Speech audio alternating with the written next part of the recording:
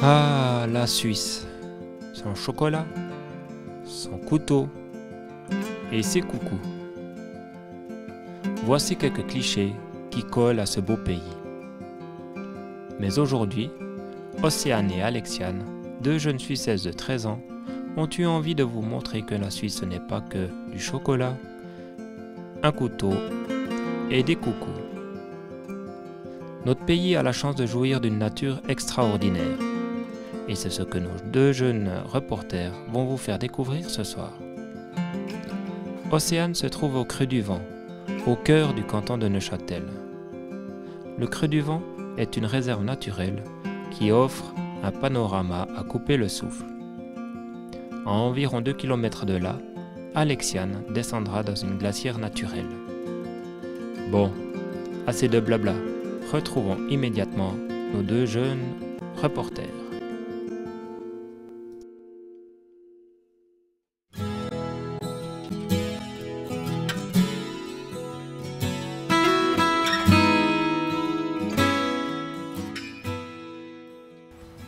Bonjour Monsieur Montandon. Salut Océane. Pouvez-vous nous dire où sommes-nous exactement et comment s'est créé ce site? Tout à fait, bien volontiers. Alors on se trouve ici sur le site du Creux du Vent, qui est un site géologique très particulier. Comme tu le vois, ça fait une espèce de grand cirque comme ça de 4 km de circonférence et 1 km si on va à vol d'oiseau de l'autre côté du cirque. Alors comment ce cirque s'est créé? Eh bien, il faut remonter très longtemps, au moment de la formation des Alpes. Lorsqu'il y a eu cette formation des Alpes, par voie de ricochet, il y a eu les plissements du Jura. Toute la chaîne jurassienne, ici on se situe dans le Jura neuchâtelois, et finalement toute la chaîne jurassienne de Genève à Bâle est un peu identique. Et sous l'effet de ces plissements, eh bien, on retrouve des couches comme ça qui se sont superposées. On voit là-bas toute l'arête du Dodane qui est une arête de roche un peu plus dure, qu'on appelle un synclinal. Et puis la roche du fond du Creux du Vent est un peu plus tendre, un peu plus friable. Et puis ça a donné cette forme. C'est clair que ça ne s'est pas formé d'un jour à l'autre. Il y a eu ensuite toute une période de glaciation. Et on avait le glacier du Rhône qui venait sur Neuchâtel et qui remontait ici dans la vallée des gorges de la Reuse. Et puis il y avait le glacier du Creux du Vent qui venait jusqu'ici à peu près à 1000 mètres d'altitude. Et les effets de cette glaciation, de cette glace, ont poussé la roche et puis ont petit à petit donné aussi la forme. Alors ça, c'est une des causes. Et puis il y en a encore une autre, c'est que ces roches friables, il faut imaginer qu'elles sont fendues, elles ont des fentes. On a vu en venant tout à l'heure depuis la Baronne des espèces de dépressions dans le pâturage, on appelle ça des dolines. Ces dolines, c'est aussi des entrées d'eau. Alors cette eau, elle rentre dans la roche, derrière la roche, dans les fissures, et sous l'effet du gel, du dégel, elle fait craquer la roche. Alors chaque année, il y a des pierres qui tombent du cirque et qui continuent d'y donner sa forme. Et on voit d'ailleurs tous les éboulis du pied du Creux du Vent, c'est toute la roche qui tombe année après année pour finir de donner la forme à ce cirque merveilleux. Pourquoi appelle-t-on ce lieu le Creux du Vent? Alors le nom du Creux du Vent, bien finalement, tu vois, c'est pas très compliqué. Creux parce que ça forme un grand creux finalement, assez rond. Et puis vent, ça veut dire rocher. Alors c'est le creux dans le rocher. On a vraiment cette forme de cirque. Et puis autrement, ça serait plus ou moins compact. Mais là, bien, ça fait vraiment, voilà, le creux du rocher. Quelle est la faune et la flore qui se trouvent ici? Alors on trouve une faune et une flore assez diversifiées. D'ailleurs, on voyait tout à l'heure juste un faucon qui faisait du surplace. On voit le faucon cresserelle, le faucon pèlerin. Mais peut-être pour expliquer qu'on trouve autant de diversité de ces espèces animales et végétales, savoir que de par cette topographie très particulière, avec des zones très séchardes sur les rochers, très chaudes, et puis d'autres beaucoup plus humides au fond du creux, beaucoup plus frais, eh bien, ça fait une diversité de biotopes qui sont très différents. Et si on a une grande diversité de biotopes, automatiquement, on aura une grande diversité d'espèces animales et végétales. Les animaux, comme on parlait tout à l'heure, on vient d'en voir juste derrière nous avant, des bouquetins. Alors le bouquetin, il a été réintroduit. Il y a une colonie de bouquetins qui se tient ici depuis une quarantaine d'années. Et ils sont une vingtaine d'individus. On trouve aussi du chamois. c'est un peu le terrain du chamois. Il aime aussi le rocher, le chamois. Le chevreuil un petit peu moins, on le trouve plutôt dans les bas ou derrière le dos d'âne. Il aime un peu plus le chaud quand même, pas trop le frais. Et puis on trouve du sanglier un peu partout. Quand on descend dans le cirque, on voit des fois des traces de sanglier. On en a vu aussi en venant dans les pâturages. On trouve aussi un peu de marmotte, mais elle est un peu plus rare. Et puis dans les espèces d'oiseaux, alors on trouve le ticodrome, on trouve l'accenteur alpin, ce sont des espèces d'oiseaux qui sont typiques des rochers. C'est pour ça que pendant une certaine période, il ne faut pas trop de dérangement au niveau de la roche. Et puis après, dans la flore, c'est aussi très particulier parce qu'on a, comme on l'a dit tout à l'heure, des endroits très différents, des conditions de station très différentes. Et puis on a aussi, par la venue de ces glaciers à l'époque, ils nous ont amené des moraines, ils nous ont amené du granit qui est typique des Alpes.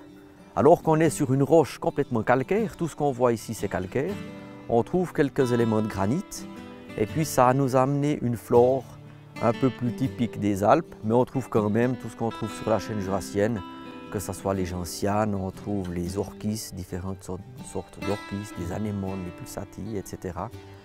Et c'est une richesse assez importante. On verra tout à l'heure qu'avec le piétinement, on perd un petit peu de variété. Est-ce que ce site a des particularités naturelles? Oui, alors ce site a des particularités naturelles. De par déjà cette topographie très particulière, ce paysage exceptionnel, le Creux du Vent a été classé à l'inventaire fédéral des paysages. C'est une première forme de particularité. On a aussi un district franc. Ici, toute cette partie du Creux du Vent avec ce qui descend dans les gorges de la Reuse, c'est un district franc fédéral. Ça signifie que c'est une réserve de chasse. On ne chasse pas dans ce périmètre. On veut garder ce caractère un peu naturel, un peu sauvage du lieu. On trouve aussi quelques prairies maigres, ça c'est des particularités, c'est des associations de végétation qui sont particulières et on essaye de les préserver. Ça fait partie des particularités naturelles. On trouve au niveau forestier, on voit ici au pied du Creux du Vent, lorsque la falaise s'arrête, il y a un énorme éboulis qui est colonisé par des érables. C'est pratiquement la seule espèce d'arbre qui est capable de coloniser ce type de sol, tellement c'est difficile à ancrer les graines, à les faire germer, à les faire s'ancrer. Et l'érable, il a cette capacité-là. Donc on voit une espèce de forêt clairsemée d'érables. Et plus en aval, on retrouve une forêt normale de notre région, une hêtraie à sapin avec de l'épicéa, du hêtre, du sapin, de l'érable, avec des fûts qui sont très très longs, qui peuvent atteindre 50 mètres de hauteur, parce que le sol est profond, les arbres cherchent la lumière et on a une qualité de forêt qui est particulièrement exceptionnelle ici. On a encore une petite particularité qui est au cœur de l'éboulis. Il y a une partie de glacier, c'est une relique de glacier qui reste permanent. C'est la glace, elle est juste sous l'humus à 40 cm, on la sent quand on passe la main comme ça entre les rochers. Et malgré tout, les épicéas arrivent à pousser. Et puis on a des épicéas qui mesurent, ils sont un peu plus grands que toi, ils sont 1,50 m. Et puis qui font comme ça environ 4 cm de diamètre, mais qui ont une centaine d'années. Alors c'est très bizarre parce qu'on voit des très grands arbres qui ont 80 ou 90 ans. Et à côté des petits qui ont peut-être l'âge, qui sont le double en âge. Donc ça c'est vraiment une particularité du Creux du Vent qu'on trouve quelquefois dans le Jura, plus fréquemment dans les Alpes. Maintenant, je vous propose d'aller à quelques kilomètres d'ici, à la glacière de Montlhéry. Un sujet préparé par ma collègue Alexiane. C'est notre séquence frisson. Et moi, je vous retrouve tout à l'heure.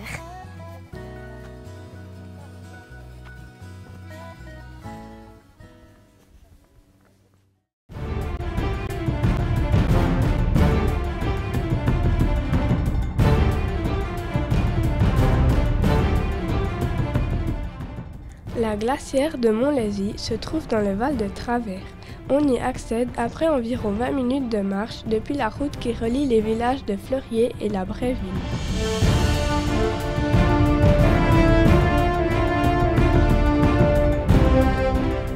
Pour ma m'accompagner dans cette aventure, je suis guidée par Monsieur Pierre-Yves Janin, hydrogéologue et président de l'Institut suisse de spéléologie et de karstologie, ainsi que de Pierre Uccelli et Ghislaine Maccabé, membres du club de spéléologie de Val-de-Travers. En haut du puits, il fait 23 degrés. 30 mètres plus bas, 0. Les derniers échelons de l'échelle sont recouverts de givre. Jusqu'à ce niveau, tout le monde peut venir sans équipement particulier, mais dès maintenant, le casque et les habits chauds sont indispensables pour visiter cet endroit en toute sécurité.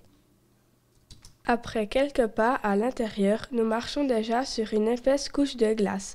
Écoutons maintenant les explications de Pierre-Yves Janin. Ce côté, c'est une salle à peu près ronde, ici dans laquelle on se trouve, qui fait à peu près 30 mètres de diamètre. Et puis de ce côté de la salle, la glace a fondu vraiment, elle a perdu presque 3 mètres, je pense, ici. Par contre, de l'autre côté de la salle, elle est montée. Et c'est probablement que l'eau coule plus de l'autre côté. Et donc, il y a plus de glace qui se forme de l'autre côté depuis un certain nombre d'années maintenant. Alors, vous voyez quelques marques rouges sur les parois. Ça, c'est des marques qu'on a mises en particulier pour mesurer la salle. Et puis, ça nous permet aussi de mesurer le niveau de la glace. Et donc, ici, on mesure la température tous les quarts d'heure depuis une douzaine d'années maintenant. Il y a un autre élément assez frappant parce que maintenant, ça fait 15 ans qu'on vient vraiment régulièrement ici dedans. Et c'est vraiment frappant que la forme du glacier change, pas très vite, mais sur des cycles de plusieurs années, ça change vraiment. Ici, ça a vraiment baissé le niveau de la glace. On voit, il y a de la terre, des cailloux sur la glace et c'est vraiment en train de fondre. Mais par exemple, cette colonne de glace, elle est vraiment plus grande que je ne l'ai vue depuis en tout cas 5 ans. Donc c'est qu'au printemps, il y a eu beaucoup de glace qui a pu se former ici.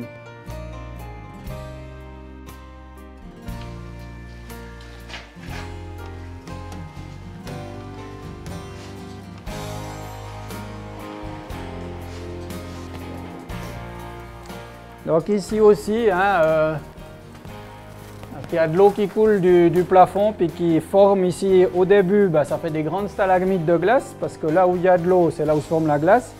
Mais ensuite, pendant l'été, là où il y a de l'eau, c'est là où la glace fond. Donc c'est pour ça qu'on a souvent en même temps les stalagmites et les trous. Il y a d'abord eu la stalagmite puis ensuite le trou. C'est un thermomètre qui traîne là, il se déplace d'une année à l'autre. On le trouve chaque fois à une autre place, mais voilà, il marque à peu près 0 degré. Il met un peu plein d'eau. Mais... D'habitude, il est appuyé ici contre la paroi.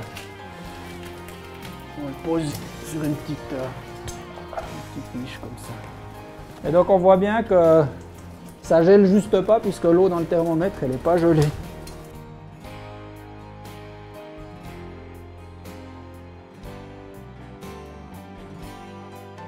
Voilà, donc ça, chaque fois qu'on vient, si possible 5-6 fois par année, on mesure la hauteur ici.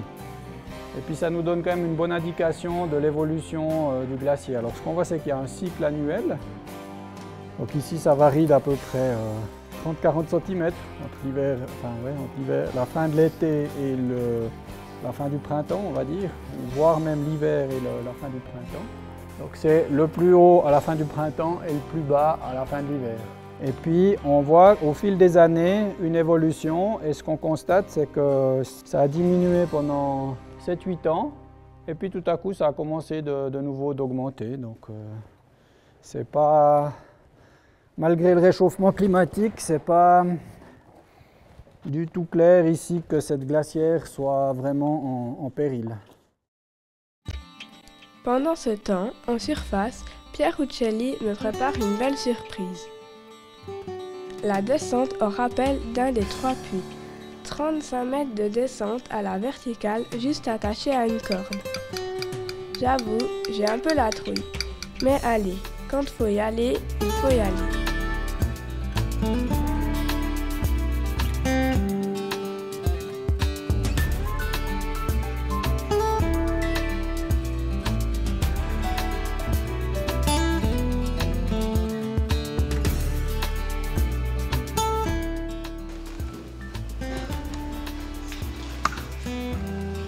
bientôt en bas.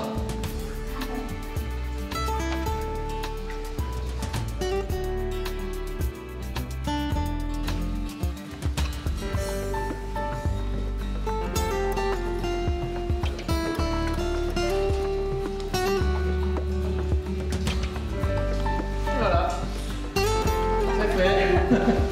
Ça marche, hein? Après ce moment de forte montée d'adrénaline, je continue ma visite de la glacière. Cette fois, c'est beaucoup moins confortable, puisqu'il faut se déplacer en rampant. Là aussi, mieux vaut ne pas être claustrophobe.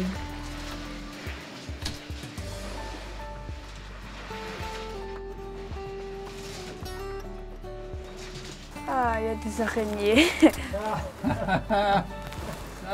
Là, une bestiole. Il y en a souvent dans les grottes. Normalement, à cet endroit, il y a possibilité de descendre le glacier par des crevasses. Mais depuis la dernière visite de notre guide, la glace a bouché ses failles. Il devient difficile de trouver un endroit pour descendre. Ouais, alors là on pourrait descendre, mais c'est pas très engageant.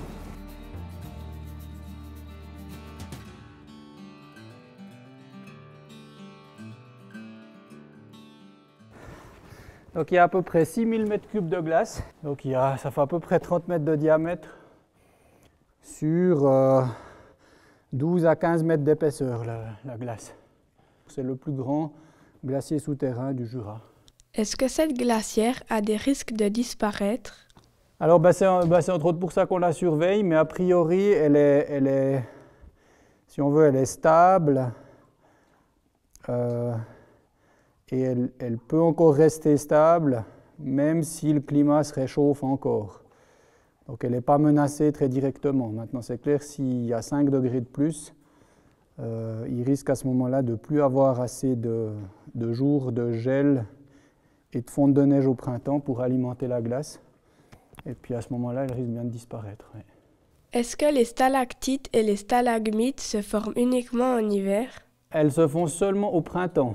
Parce que justement, en hiver, il n'y a pas d'eau qui coule puisque tout est gelé dehors. Et donc, c'est qu'au printemps, quand il commence à y avoir la fonte de la neige, et on a à la fois encore le froid de l'hiver et le froid la nuit, et l'eau le jour. Et là, ça fait vraiment, toute la glace devient propre. Il y a une couche comme ça de glace qui se forme à peu près partout. Et puis, on a des belles stalactites de glace. Quelles sont les précautions qu'il faut prendre pour venir dans la glacière? Oui, alors c'est clair qu'il est préférable d'être relativement bien équipé, donc d'avoir des chaussures correctes. En tout cas, au printemps, des crampons sont souvent utiles. À cette saison, on a vu qu'on pouvait assez bien se débrouiller sans.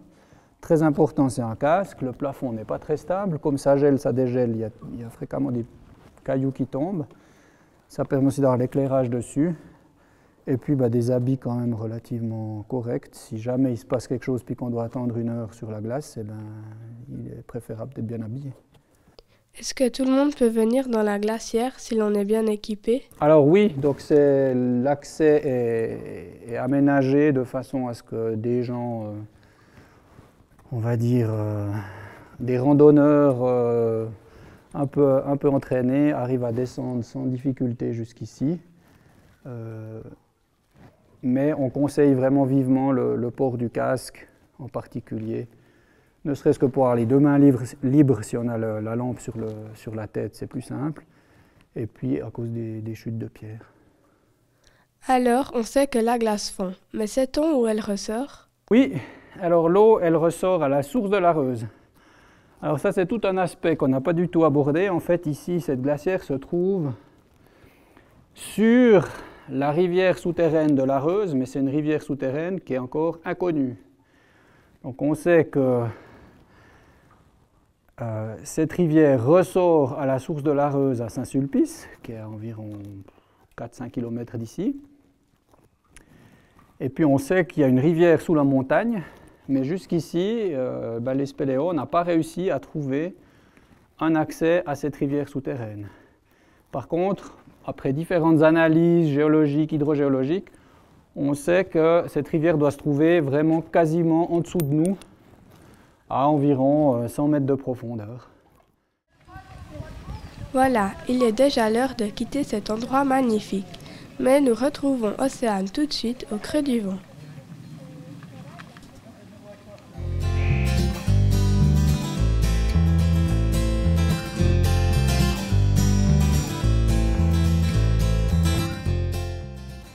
Nous voici de retour au creux du vent avec Monsieur Montandon. Ce lieu est très fréquenté par les touristes. Pouvez-vous nous dire les différents moyens qu'ils ont pour venir ici? C'est un lieu, oui, très fréquenté par les touristes parce qu'évidemment, cette particularité naturelle attire beaucoup de monde. Il faut dire aussi que l'Office du tourisme fait beaucoup de publicité pour faire venir les gens ici. Et il y a certains jours de beau, l'automne, le dimanche, le samedi, il y a des milliers de visiteurs. Et les moyens qu'ils ont pour venir ici, alors ils viennent en voiture, ils peuvent venir en voiture pas très loin d'ici, il y a plusieurs métairies. Il y en a beaucoup qui viennent en train, il y en a qui viennent en vélo mais qui les laissent un petit peu plus derrière parce que nous souhaitons que les touristes qui viennent découvrir ce site font cette découverte à pied. Alors la majorité des gens qui viennent au site du Creux du Vent, ils viennent à pied. Alors ils peuvent accéder par le sentier du Seigle, par de ce côté, et ils peuvent faire le tour du cirque. Et puis ils peuvent redescendre par le sentier des 14 contours sur les Œillons et arriver tout en bas derrière à la ferme Robert. Donc il y a plusieurs possibilités d'accéder ici à ce site, de faire des boucles très intéressantes, très variées, pour le plus grand plaisir du public. Est-ce que le tourisme est compatible avec une réserve naturelle? Alors c'est une très bonne question parce qu'effectivement le site du Creux du Vent, comme il est très convoité, on voit qu'on arrive à des limites d'équilibre entre une réserve naturelle et puis garder toutes les richesses d'une réserve naturelle et une très forte fréquentation du public. Donc un tourisme de masse, immanquablement, il a de l'impact sur une réserve naturelle. On a parlé tout à l'heure de la flore. Alors effectivement, on voit des zones qui sont très marquées sur plusieurs mètres de large où il n'y a plus de flore du tout, tellement le tourisme est conséquent. Après, lorsque ce tourisme se fait de manière douce, c'est-à-dire tel qu'on les voit, ces gens qui se promènent, qui marchent, l'impact n'est pas trop gros, mis à part ce problème de flore. Par contre, il y a des activités que nous ne souhaitons pas. On ne souhaite pas se voir développer des cavaliers, du vélo au bord du cirque, des activités comme on l'a vu parfois de modélisme ou des choses comme ça, pas compatible avec une réserve naturelle. Donc une réserve naturelle, on va pour observer la nature et ses richesses et on y va à pied. Est-ce que vous pouvez nous expliquer l'historique de la forêt? Alors l'historique de la forêt, c'est très intéressant. Effectivement, si maintenant on voit, tu vois derrière toi, ce manteau boisé où on voit pratiquement que de la forêt, il y a juste quelques taches de zone agricole avec le petit village de Brotsou. Autrement, c'est de la forêt assez uniforme, assez dense. Bien, ça n'a pas toujours été le cas. Il faut savoir que dans les années 1850 à 1900, on pratiquait le système de la coupe rase. Et puis, on avait besoin de beaucoup de bois, d'abord pour se chauffer. Et puis, une grande partie de ce bois était aussi utilisée pour faire du charbon. Alors, il y a plusieurs endroits ici au Creux du Vent où on trouve encore des places où on faisait des meules à charbon. Et puis, comme ça consomme beaucoup de bois, le charbon, eh bien, il y avait pratiquement plus de forêt du tout depuis Noiregues jusqu'ici au Creux du Vent. Et ensuite, il y a eu quelques problèmes, mais ça partout en Suisse, des inondations, des glissements de terrain. Puis on s'est dit, mais comment ça se fait qu'il y a toutes ces inondations, qu'il y a toutes ces catastrophes? Et puis on s'est rendu compte que c'était dû à la déforestation. On coupait trop d'arbres et puis la forêt ne jouait plus son rôle protecteur. Alors il a été décidé de replanter, de reboiser. Et puis on voit, depuis 1900 à aujourd'hui 2014, la forêt a complètement recolonisé tous ses coteaux et puis est bien présente partout avec des bois de qualité, des grands arbres, un bon mélange d'arbres. Et c'est principalement un mélange de 4 essences. On trouve le sapin blanc, l'épicéa, le hêtre et l'érable. C'est principalement ces 4 variétés d'arbres qui composent nos forêts dans une structure étagée et mélangée. Alors cette structure, elle est très agréable aussi pour le promeneur, mais elle est surtout très résistante aux coups de vent, aux aléas de la nature, à d'éventuels problèmes qu'on peut rencontrer ou que peut rencontrer une forêt. Et aujourd'hui encore, on applique ce même mode de traitement. Donc on prélève l'accroissement du bois, ce que les arbres produisent comme bois, eh bien, on le prélève, mais on laisse une quantité d'arbres en suffisance pour qu'il y ait toujours suffisamment de forêt, suffisamment d'arbres qui produisent du bois. Alors c'est une grande usine à bois aussi, la forêt. Elle produit des milliers de mètres cubes et puis ça permet de vendre ce bois pour faire de la charpente, pour faire des meubles, pour faire du bois de feu. On est une région très productrice grande productrice de bois. Alors voilà un peu pour cette histoire de la forêt. Et c'est un refuge pour les animaux, c'est de la protection pour les sols, pour les sources. Il y a un réseau hydrique qui est extrêmement développé ici, dans les gorges de la Reuse, qui alimente une bonne partie en eau le canton de Neuchâtel. Et donc sa fonction, ou ses fonctions sont très très importantes. En production de bois, en protection, en qualité de l'air, en protection des sols, en biotope, en biodiversité, et aussi pour sa fonction d'accueil pour le public. Les gens, s'ils se plaisent dans ces forêts, c'est parce qu'on a un sentiment rassurant, il fait bon s'y promener, et puis les gens apprécient ça. Voilà, notre balade se termine. Avec Alexiane, nous espérons que nous vous aurons donné envie de venir découvrir notre belle région. Elle en vaut vraiment la peine. Merci à Claude-André Montondon, Pierre-Yves Janin, Pierre Uccelli et Ghislaine Macabé pour nous avoir guidés et appris beaucoup de choses dans cette aventure. À très bientôt!